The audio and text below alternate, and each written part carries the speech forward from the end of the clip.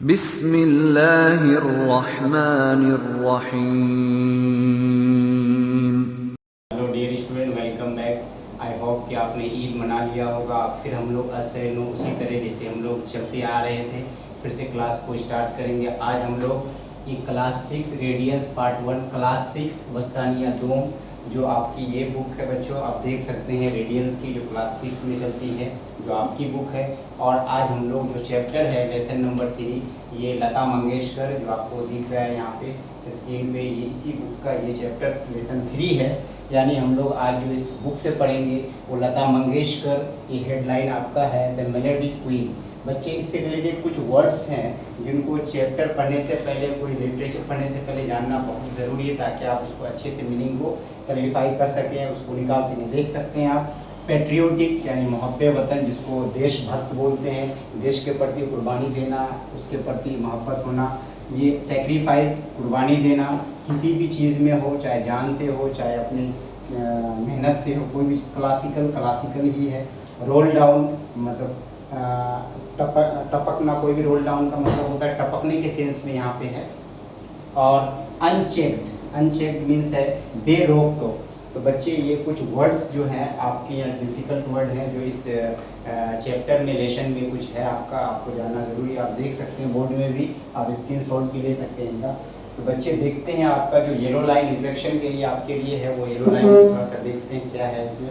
आप तो हेडलाइन ही से समझ सकते हैं बच्चों कि लता मंगेशकर के नाम ही से ये इतना बड़ा नाम है, ये कि नाम ही से आदमी पहचान लेता है कि है कौन, ये कौन हो सकती है या कौन हो सकता है। लेकिन ये एक लेडी है जो बॉलीवुड में, जो हिंदी सिनेमा में एक बहुत ही अच्छी और प्लेबैक सिंगर है, जिनके गाने काफ़ी 36 रीजनल इंडियन लैंग्वेज में जिनकी है, चाहे वो इंडियन और फॉरेन दोनों में 36 रीजनल लैंग्वेज में है, 36 लैंग्वेज में इनके गाने हैं। और 40s 50s के दौर में 60s 70s 80s 90s and 2000, even 2000 भी इनके काफ़ी पॉपुलर गाने रहे हैं। 80s और 90s 70s के दौर में तो काफ़ी पॉपुलर थे। ये सोलो सिंगर भी रहे हैं, ये अकेला भी गाती थी, और इनके साथ डुएट भी मोहम्मद रफ़ी साहब हैं, किशोर कुमार हैं, बहुत सारे हैं बच्चे। ये लोग फेमस थे इनके साथ। जो लता मंगेशकर काफ़ी टाइटलों से भी जाना जाता है, नाइट एंगल के नाम से भी जाने जाते हैं ये। और इनको मेलोडी क्वीन बोला जाता है कि इसकी सुर में, इनकी आवाज़ में वो चार्मिंग है, वो कशिश है कि आपको खींच लेगा। इनकी आवाज़ आपको सुनने पे मजबूर कर देगा, आपको झूमने पे मजबूर कर देगा।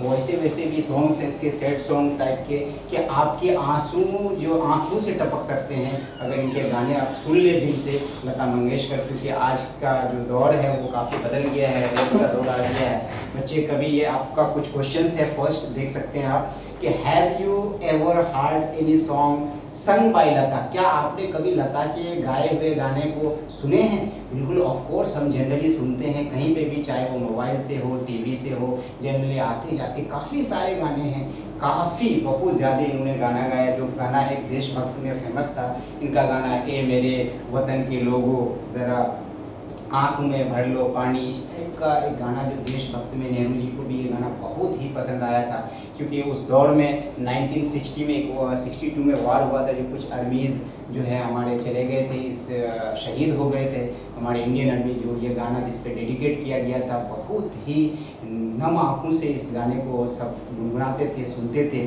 और ये गाया हुआ लता मंगेशकर ही का था, जो ये गाना बहुत ही पॉपुलर था बच्चे। हम बिल्कुल सुनते हैं। एंड सेकेंड है, what do you like about her voice? आपको उसकी वॉइस के बारे में क्या कहना है?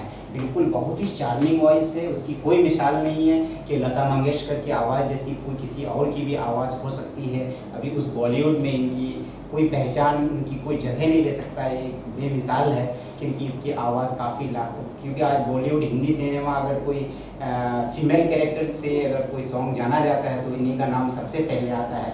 ये इंडियन बेस्ट सिंगर के रूप में बहुत सारे अवार्ड भी मिले हैं।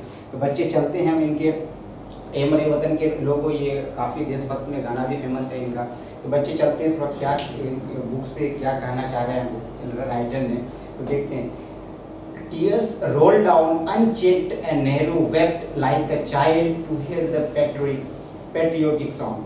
ये बोल रहे हैं कि इनकी जब गानों को नेहरू जी ने सुना, किनके, लता मंगेशकर के जो देशभक्त वाले गाने थे उनको जब नेहरू जी ने सुना तो उनके आंसुओं को कोई रोक नहीं पाए, आंसू टपकने लगे, क्योंकि वो गाने में कशिश होती थी, उनको आपको खिंचावपन, दिल आपको गट्स फीलिंग ला देता था, एक कॉम्पेशन आ जाता था दिल में, एक अजब सा फील होता था। कभी आप मूड में हैं, अलग अलग डिफरेंट मूड के गाने गाए हैं, अलग अलग मोड के गाने हैं बच्चे। इट वॉज सून आफ्टर, ये कुछ ही देर बाद, द चाइनीज़ एग्रेशन इन 1962, जब चाइनीज़ और इंडिया का वार हुआ था 1962 में, तो उसमें भी कुछ जो आर्मीज़ जख्मी हुए थे या जो आर्मीज़ शहीद हुए थे, तो उसी पे ये गाना डेडिकेट किया गया था, जिसको सुनकर काफ़ी लोगों ये हुए थे, भावुक हो गए थे, बहुत ही इमोशनल हो गए थे।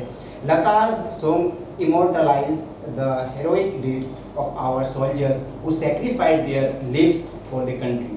लता का जो गाना है, जितने भी गाना गाए वो अमर है, बिल्कुल इमोर्टलाइज है, कभी ख़त्म नहीं होने वाले। जिस सिचुएशन में आप सुनिए वो अच्छा लगेगा आपको। ये गाने हमेशा रिकॉर्डिंग, क्योंकि प्लेबैक सिंगर थी, इनका रिकॉर्डेड गाना है, कभी भी जब मूड करे आपका, जो जिस मूड में है उस टाइप के गाने ये हर मूड में, हर लैंग्वेज में, हर भाषा में गाए ही हैं, क्योंकि उर्दू में, मलयालम में, इंग्लिश में भी कुछ गाने हैं इनके, कुछ गाने आपके इनके तमिल में है, काफ़ी सारे गाने हैं, जितने इंडियन में लैंग्वेज है काफ़ी सारे लैंग्वेजों में भी है।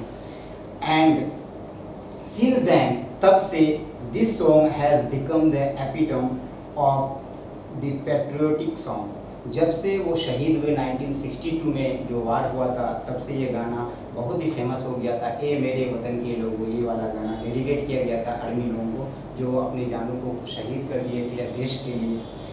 लता पारा 6 सेकेंड पारा में है, Lata Mangeshkar the singer of ए मेरे वतन डैश डैश, ए मेरे वतन के लोगों, is nick name melody queen. इनका जो नाम है मेलोडी क्वीन के नाम से जानी जाती है ये, क्योंकि इनकी आवाज़ ही में वो मिठास है, ये जो आप नाम ही से जान सकते हैं मेलोडी क्वीन के नाम से। एंड स्वर कोकिला, इनको स्वर कोकिले के नाम से भी जाना जाता है, क्योंकि आवाज़ इनकी काफ़ी बुलबुल के तरह, जैसे एक चिड़िया बुलबुल है, चहकती है जब उनकी आवाज़ होती है, उसी तरह इनकी गानों में भी वो आवाज़ है जो बुलबुल के नाम से, नाइटिंगेल के नाम से भी ये जानी जाती है।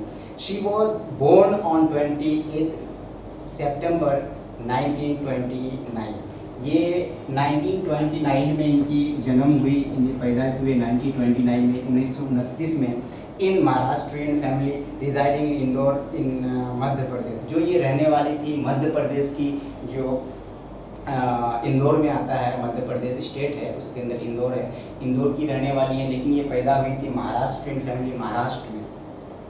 हर फादर दीनानाथ मंगेशकर, इनके जो फादर का नाम है दीनानाथ मंगेशकर है, was himself a noted classical singer. ये बहुत he noted famous classical singer थे एंड थिएटर आर्टिस्ट। ये थिएटर में भी काम करते हैं, नाटक वाटक जो आप देखते होंगे उसमें भी इनके फादर काम करते थे।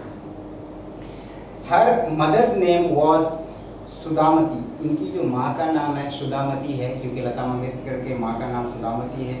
और the family's last name used to be Hardikar, but Dinanath change it to Mangeshkar in order to identify his family with his native town.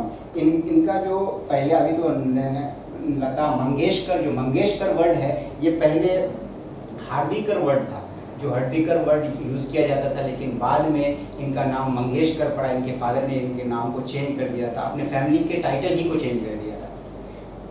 Her parents later rename her Lata after the female character Latika in one of her father's play. एक उनके कोई भी नाटक हो रहा था उनके theatre में, उनके फादर के थिएटर में, जो अपनी बेटी को एक रोल दिया था लतिका का रोल, जो लतिका का रोल को इन्होंने प्ले किया लता मंगेशकर ने, तभी से इनका नाम लता का वर्ड आया, इनके नाम ही को लता के नाम से जाना, लतिका वर्ड से लता आया था इनका। The famous singer Asha Bhosle and Usha Mangeshkar are her younger sisters.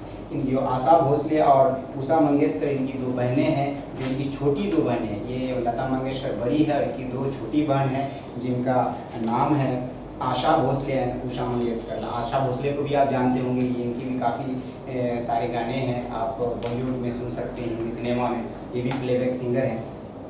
Her younger brother Hari Dayanand इनके जो यंगर ब्रदर थे, जो छोटे भाई थे, उनका नाम था Hari Dayanand is a well known music director, और ये एक म्यूज़िक डायरेक्टर थे। Meena is the youngest sister, Meena जो इसकी बहन थी, एकदम बिल्कुल सबसे छोटी बहन थी। Lata Mangeshkar has won several awards. Lata Mangeshkar ये बहुत सारे अवार्ड को विन किए हैं, जीते हैं, बहुत सारे अवार्ड इनको मिला है। क्यों मिला है? क्योंकि इनकी काम की वजह से मिला है, इनके नाम की वजह से, इनके काम की वजह से। तो बहुत अच्छा गाना गाती थी, प्लेबैक सिंगर थी, फेमस हुई, हिट हुई गाने, और इनको एक से एक अवार्ड मिलता गया। And honours including Padma Bhushan, इनको एक अवार्ड में पद्म भूषण मिला, एंड पद्म विभूषण, और दूसरा पद्म विभूषण से नवाजा गया। दादा साहेब फाल्के अवार्ड, इनको दादा साहेब फाल्के अवार्ड भी मिला। Maharashtra Bhushan award, NTR national award. In addition to, इसके अलावा, इसके अतिरिक्त 3 नेशनल फिल्म अवार्ड, इसको national film award, 3 national film award मिला हुआ है।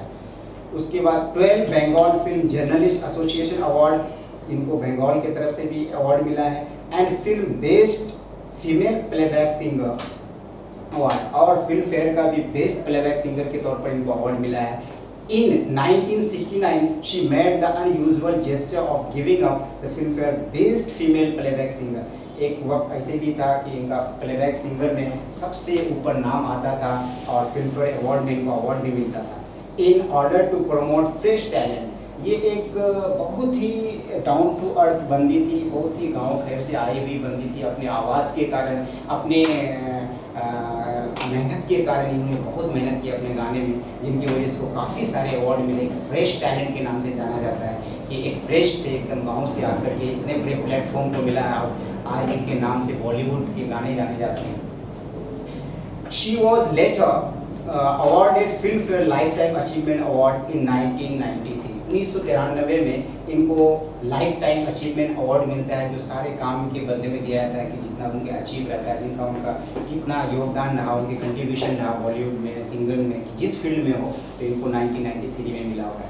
एंड द लास्ट पारा है, she has also won the highest civilian award of the country, Bharat Ratna 2001। बच्चों, इनको भारत रत्न भी एक अवार्ड है जो इनको नवाजा गया था, जिस अवार्ड 2001 में, जो सबको नहीं मिलता है, जो बहुत बड़ा काम करता है उनको ही मिलता है ये award. Our country is proud of her and she stands as a guiding principle for our young budding vocalist. जो इनके जो नाम से ही कंट्री जाना जाता है, इस पर हमें गर्व भी है। और बच्चों, और ये जो बडिंग वोकलिस्ट है, जितने भी सिंगर है, जो न्यू सिंगर आज के, जैसे अलका याग्निक जी हैं, बहुत सारे सिंगर जो न्यू आ रहे हैं, इन्हीं को देख के ये अपना फेमस हो रही है। इन्हीं के गाने, इन्हीं के स्टाइल को देखते हुए, इन्हीं के गाने के अल्फाज को देखते हुए, कैसे गाया, कैसे इतने बड़े प्लेटफॉर्म इनको मिला, कितनी मेहनतें की आवाज़ में, क्योंकि एक गाना गाने में काफ़ी चीज़ों की ज़रूरत पड़ती है। तो बच्चे, आज हम लोग लता मंगेशकर के बारे में इतना ही जानेंगे, और हम लोग नेक्स्ट क्लास में चलेंगे इसके एक्सरसाइज पे। आज हम लोग यहीं तक। और आप बच्चों, कोई भी अगर पूछना हो इससे रिलेटेड, आप कमेंट बॉक्स में कमेंट कर सकते हैं, आपको बहुत ही जल्द आंसर दिया जाएगा, मोर एंड मोर क्लैरिफाई के साथ। और वीडियो को लाइक और शेयर करना ना भूलें।